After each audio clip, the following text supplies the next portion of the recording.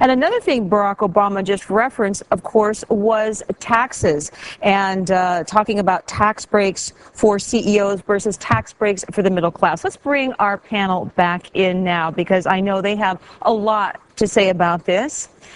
Joining us, of course, Joe Fichera, CEO of Saber Partners, Alan Patrikoff, Managing Director of Graycroft Partners, a top Clinton fundraiser, and June O'Neill, Director of the Center for the Study of Business and Government at Baruch College and the former head of the Congressional Budget Office.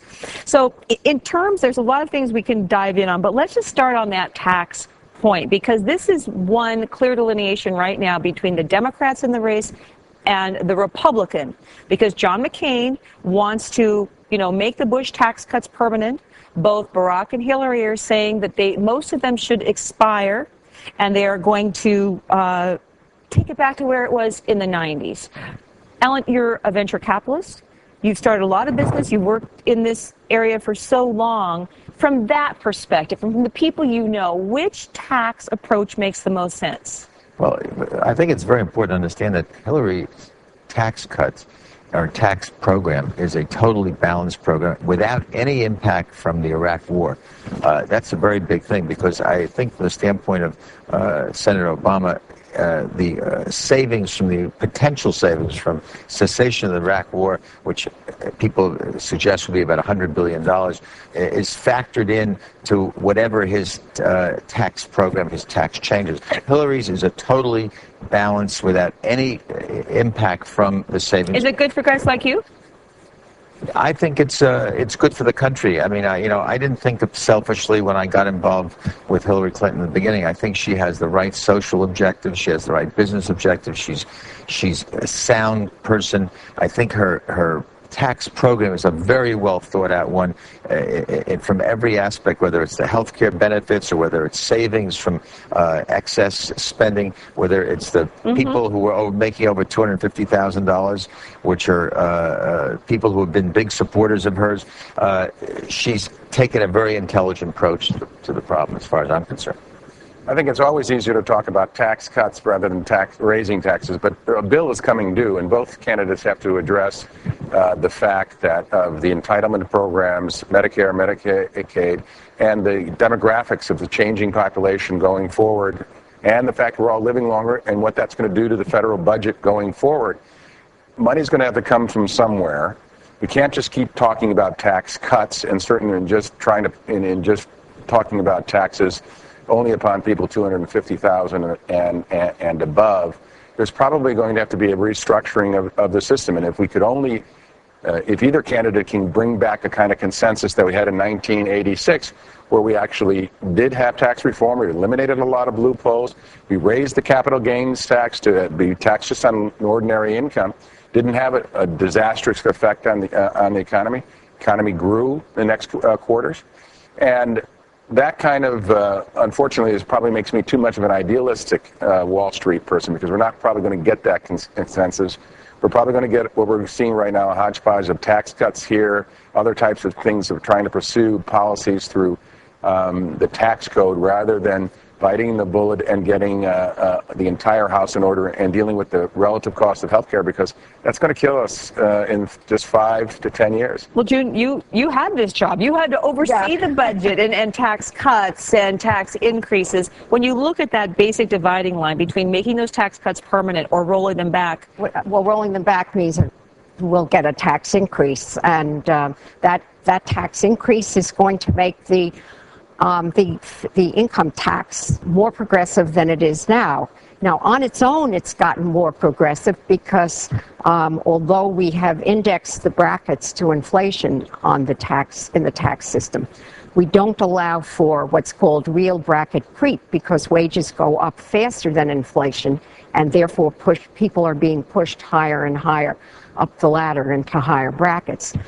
A highly progressive tax has a lot of disadvantages if you want to have an economy that grows.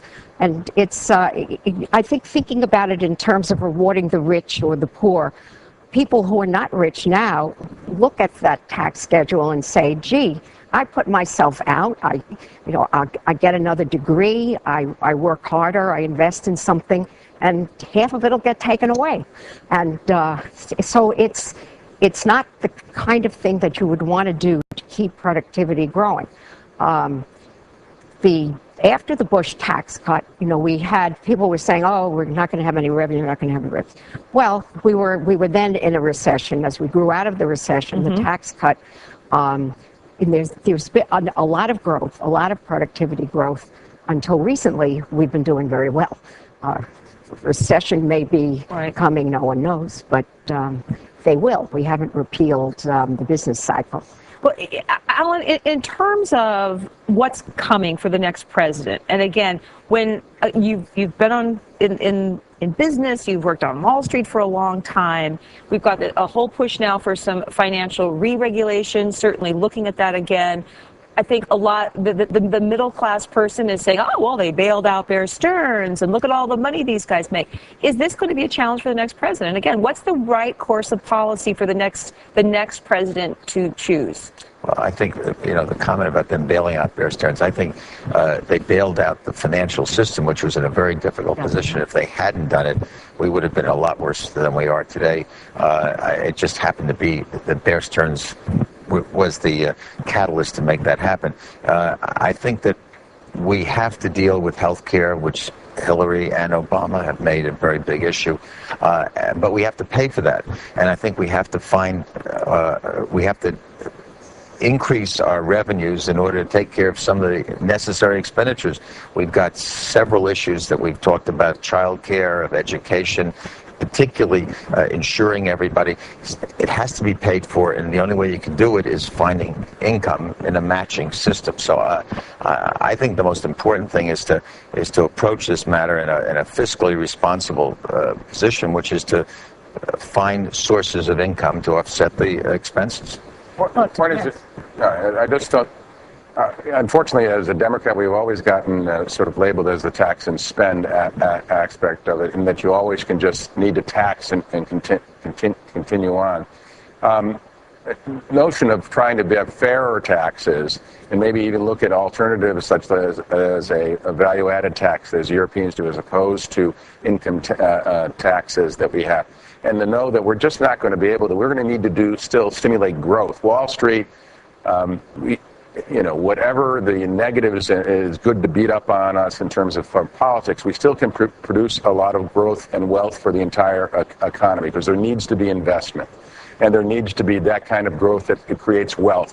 And wealth will create additional revenues through that. You don't want the government to be a drag on the system. But you're not going to be able to do it just all by taxing, or the fairy tale of all by growth, of the Laffer curve, and just say, "Oh, if we cut it more, then we'll grow our way out." It's not one. It's going to be a balance of those approaches, and all of the candidates have to do it. Unfortunately, Senator McCain is more sort of saying, "I'm going to read Alan Greenspan's book and figure out what to do." But at least the Democrats have an approach. Okay. There's differences, but we didn't know it's going to have to be a balance. I think that what exactly the taxes should be does depend on what kind of spending we're going to have. For the next president and the one after that to come are going to have to deal with Social Security and Medicare, and it doesn't mean raising taxes necessarily. There are a lot of changes that can be made in the program. There are a lot of things that can be shifted to individuals, more private, especially in Medicare. More rearrangements so that it's not 100% federal money, and different ways of doing it. Sort of, in fact, there are many private. Part of Medicare has, in a sense, been privatized with those Medicare Advantage plans, which are very popular, and I think that may prove the direction to go, but with a different type. I want to raise something with you, because on the wires, Tom Honig, who's the head of the Kansas City Fed, is saying that the Fed is going to have to make some choices that will be desperately unpopular. Inflation may become embedded in the economy. Is the Federal Reserve going to be under attack from the next administration if they start fighting inflation at a time when the middle class feels squeezed and there's a war in Iraq and the budget deficit's a problem? I would hope everyone would support the independence of the Fed, and so we don't become a banana-ripe Republican thinking that the monetary system is going to pursue some political gain. I think the Fed has done a very good job We might have asked them to act a little bit sooner in some different types of things, but we have Humphrey Hawkins, what is it? They have two objectives, both growth and inflation. And if we don't have inflation under control, I think Paul Volcker proved that in the 70s, we are going to really have a problem. So I think hopefully Americans will not have had a short-term memory loss to realize what runaway inflation would do to you, and that is what's necessary. Alan?